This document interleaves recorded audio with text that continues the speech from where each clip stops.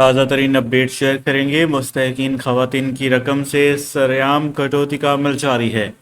دادو سے خبر دیں گے، ڈیوائس مافیا مستحق و بیوہ خواتین کو دونوں ہاتھوں سے لوٹنے لگے ہیں۔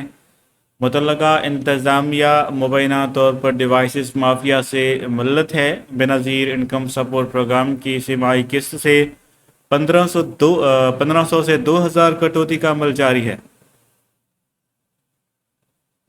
سریعام کٹوتی کی جا رہی ہے، کوئی نوٹس لینے والا نہیں ہے، مستحق خواتین کا بیان۔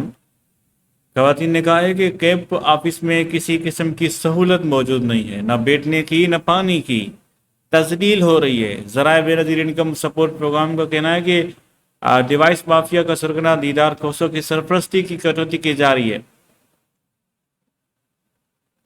دیدار کھوسو تمام ڈیوائسز ہولڈر سے کٹوتی کا حساب کتاب کرتا ہے۔